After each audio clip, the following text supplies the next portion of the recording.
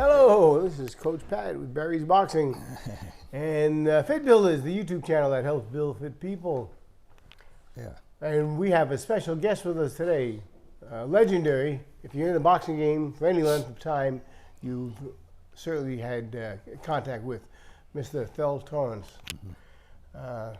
Coach Thell has been around the game longer than myself. Over, how long would you say, 60 years? Yeah, I'd say 40 odd years. 40 odd years. A little more than that, you know. So But, close to 60. yeah, there you go. Tell me, how old were you when you started, Thell? I guess I started when I was about, my first interest came when I was about 6 years old. Your first interest in boxing? Yeah, my uncle was a fighter, and came from California. Uh-huh. And he'd always, you know, do little stuff like this. And so I watched that stuff. It kind of stuck in the back of my head. He got you goat. He got you going. He did, right. And just the fact that I know someone that's actually a boxer, man, I was excited, you know. Yeah. Didn't get a chance to do it much. So finally they put a show on in our hometown there. And where was that? As in Camden, Arkansas. Camden, Arkansas. That's where you grew up? That's where that's where from when I was a young kid there. At the time, that's where I started. Uh-huh. And so I saw these guys boxing. I said, yeah, I could do that good. You know, right? And then just get started. And there's a real interest there. And one thing led to the next, you know. Then after I graduated, you know, I had a lot of scholarships for basketball and football, but no money. So what do? So I went in the military. In the military. One of the smartest thing that I ever done, I really got educated when I was in the military. Everything was available. Went to school, I boxed, played basketball. Got You involved excelled in all sports, huh? Oh yeah. Got involved in judo and everything. So I don't regret any of that. Probably the best thing that happened. Tell me a little bit more about the boxing in the military. How did you actually get into the boxing? Yeah, well, in boot camp, you know, they put on they have a smoker every once in a while. And I asked the guys about boxing. All the guys that played basketball would say, man, you're gonna get killed. These guys are gonna kill you out there. You can't fool with these guys out here. They're fighters, you know. I said, well, I'll tell you what. If I get knocked out, I'll quit. And I say, and back to basketball. Man, he was all cheering for me to get knocked out. So I could come back. I was on all 4 East basketball teams. See? And so I kept winning and winning. And so when I did lose, I entered the amateurs in the Navy. I won the All-Navy Championship, the 12th Naval District Championship, the California Golden Gloves, the San Diego AAU. Wow.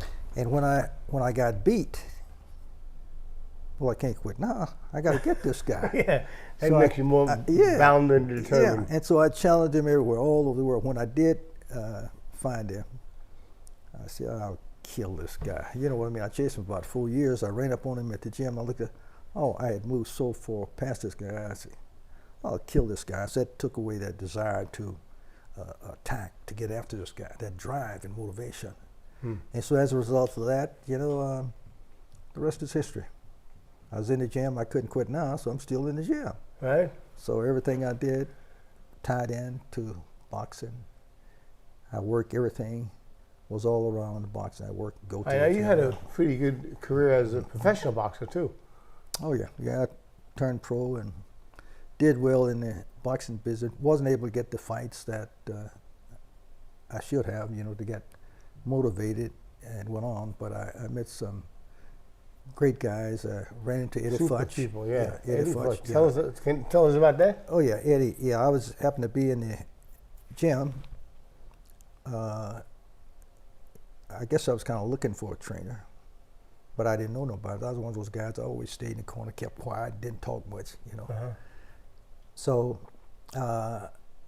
one of the guys at the time was a friend of mine and kind of assisted me, guy by the name of Lee Boren out of California. Mhm.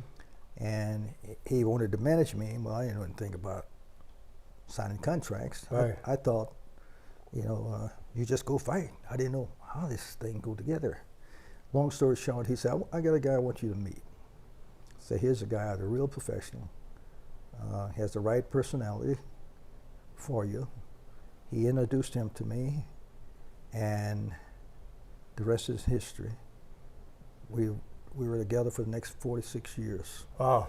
He became my trainer, and after it was over, we formed a company, and we've had over 22 world champions since that time. Over 22 world champions. Yeah, so that's how I got to where I am right now. Right.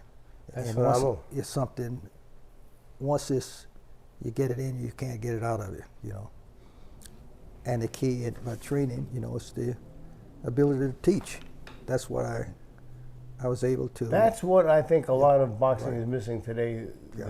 The good teachers. You hear, I mean, I'm not trying to criticize anyone, but Right. for my part, when I go to the gyms or to the boxing events, and you hear the guys in the corner yelling, "Get him, get him!" They don't tell them how to get him, what to do, what advantage points he might have to help him prosper a little bit. Instead, they're just a bunch of cheerleaders, it seems like. Right. No, I always say to these youngsters who's trying to get in boxing, the key is get you a good teacher. Good teacher, very Good good. teacher. If someone who understands boxing, that can teach boxing, you have a great success, a potential for success. If someone who understands it and able to teach it, Mhm. that's it. Teach boxing. We're natural combative Right. people. Fighters. We can fight. But what happens when you get a guy you can't outfight? You got to use your brain. I'll think him. That's right. That's right. That's why boxing is not just a fighter's game. It's a thinking man. It's a science. It really is, yeah. It's a science, and that's where the fun come in. It's like a chess game. Uh-huh. This guy might punch harder than I am. He might be stronger than I am. He's more physical in Right. every way than I am. But once you step in that square circle, it's a boxing contest. It's like a chess game. You You gotta got to know what to improvise, adapt, improvise, and overcome. do. You got to know what to do, when to do, how to do it, and where to do it at. Right. See, you can be a tough guy. You can fight, but if you're on that rope, it's a bad place to be. Yep. You got it's the kind of science you got to always be looking for advantages. Mhm. Advantages, and that's what's so good about it. You're constantly looking for advantages and opportunities.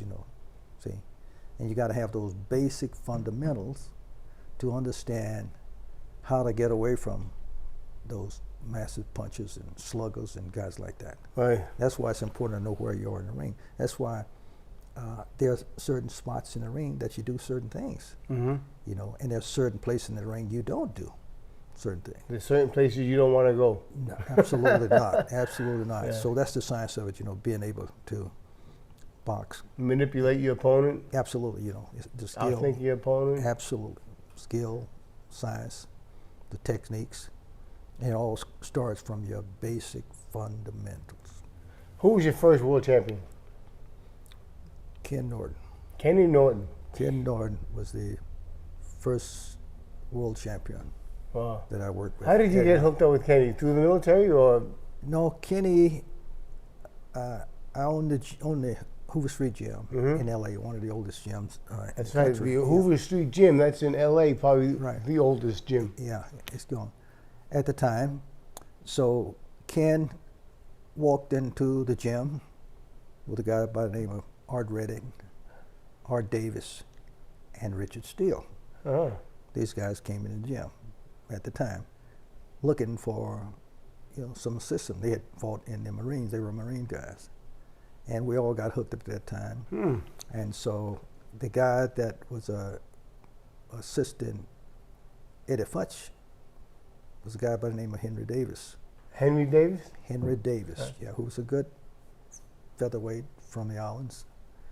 And I introduced Ken to Henry because Henry was helping Eddie with me. And then after I retired, I started training fighters, and we started working together, and Ken became one of our fighters. And he did well, big, strong guy, Tremendous physique. Oh, yeah, strong guy. Yeah. And then later on, I met his managers. He had a group of bankers involved. And then we brought Eddie in, and the rest is history. Yeah. You and Eddie kind of tied the whole scheme of things together and presented the format that we know. And the rest is history. Yeah, that's the way. That's the way. Kenny Norton, what a great fighter. Big, strong, tough guy, Ken. And he was a good athlete. I heard he was a great athlete. He was a really great guy too. He was. And unfortunately, he left. Eddie was the guy that was doing the business with the group that he had. And so they broke ties, and like I say, the rest is history. Yeah. Ken went on, did well. I stayed with him for a while. He did good. Yes. He was. And not a bad guy, Not a bad guy. Wouldn't mind duplicating his ring record myself, but he was extremely popular. His fights with Muhammad Ali were great that's fights. Right. Yeah. We had good. That's how I got the reputation for dealing with heavyweights. I had a lot of heavyweights. We were fortunate to have a lot of heavyweights in the Hoover Street Gym. Guys started there like, Ken started, Mike Weaver, Avery Rawls, Wilhelm von Humberg, just a lot of kids. Good, super They big started guys. there. we had big heavyweights there. I'm missing a lot of them names. I'll probably get in trouble because I can't think of all these guys. Get a little old, you don't. Your mind don't click that fast. But there were some decent guys. I mean, not to cut you off, but you've dealt with all different weights. Body snatcher, Mike McCallum, right? Junior middleweight, the pocket rocket, Wayne McCullough, right? 126 pounder, Vasily Durov, light heavy, cruiserweight. Yes. So really, there's one thing, and of course, Big Daddy Reddick Bowe, Hasim Rockman, Tony Tubbs. So I mean, the names are phenomenal. Yeah, most of those guys are legendary guys. Yeah, and each all one, of them. Each Abby one Harvison. They all got stories. They all got stories. Right. Absolutely. That was a tremendous number of guys who are legendary fighters to come on just yourself and Eddie. That says a lot about the two of you. That's. Yeah, we had a unique style, unique program, and it worked. And we had a lot of success in doing it, Well, the fact that you're still doing it is certainly a compliment to you, and also a testament to what you have and what you know is still working today. So, who do you see in the future? Do you have anybody specifically right now that you're working with? Yes, I got a young kid from Uganda by the name of Sharif Bulgari. Oh. Yeah. He's only, I think, lost a couple of fights. Good fighter, He's a good kid, real nice kid. And I have a kid on the way here from Ukraine. Oh, wow. And one here from Uganda, both heavyweights. One from Uganda, no, not Uganda, he's from Ukraine. Ukraine, and the other one is from the Congo. Oh. Yeah, so they should be here by May. Then I get busy again. So they're still coming from around the world just to get pick at your knowledge. Yeah, and it's fun. It's fun. It keeps you going. Yeah, and I'm kind of selective about who I work with. Yeah. If you're going to waste time, I'm not interested. Right. I don't have a whole lot of time. Oh. I've been around for a long time. Right, you've been around a while, Yeah, and more- but you never know. You look spry and chipper. You look like you got quite a few years left ahead of you for sure. well, thank You you. look like you can get in there and do it yourself still, as a matter of fact. Yeah, well, looks are kind of deceiving. But the good thing is that the ultimate taker of all the brain, you seem very sharp, and the fact that you're willing to share that with these young guys. Right. I don't know if I had a young fighter coming up right now, I'd like to get him into some type of program along with you Right. that he could pick up some of or whatever information you would pass on to Right. him. Yeah, and it's always kind of exciting when you could what you have if you don't pass it along. Yes, We I agree with we that. all lose. So it's important to be able to pass it on, and it's important to have someone that's worthy Right. of passing on this information to. And then in a case like that, not only do they win, I win also. Right. Well, that's the story. Well, I certainly appreciate you coming here and sharing that with us. Oh, Yeah. it's my pleasure, Pat. I've been around you for a lot of years too, man. Make me feel like an old man. They once go I by start fast. thinking about when I first met you. Yeah. Yeah, that's good. The old silver slipper days, right? That's right. Yeah, absolutely. Well, I got my own. Yeah. What is that? Yeah, it's Platinum Entertainment LLC. That's the name of our company. And Thell Enterprises is another one that we use, Mm-hmm. and they usually contact me. And if they're good people, dedicated, motivated, serious about what they're doing, that motivates me. We get going. Yes. Well, like you said, we don't have the time to waste the time with people that No. don't want to do the time. Yeah, that's right. You got to put the time in to get it out. That's right. That's absolutely correct. All right. I just want to say again, this is Barry's Boxing, and keep your chin down, your hands up, and your butt off the canvas. Until next time. Yeah. Cutting.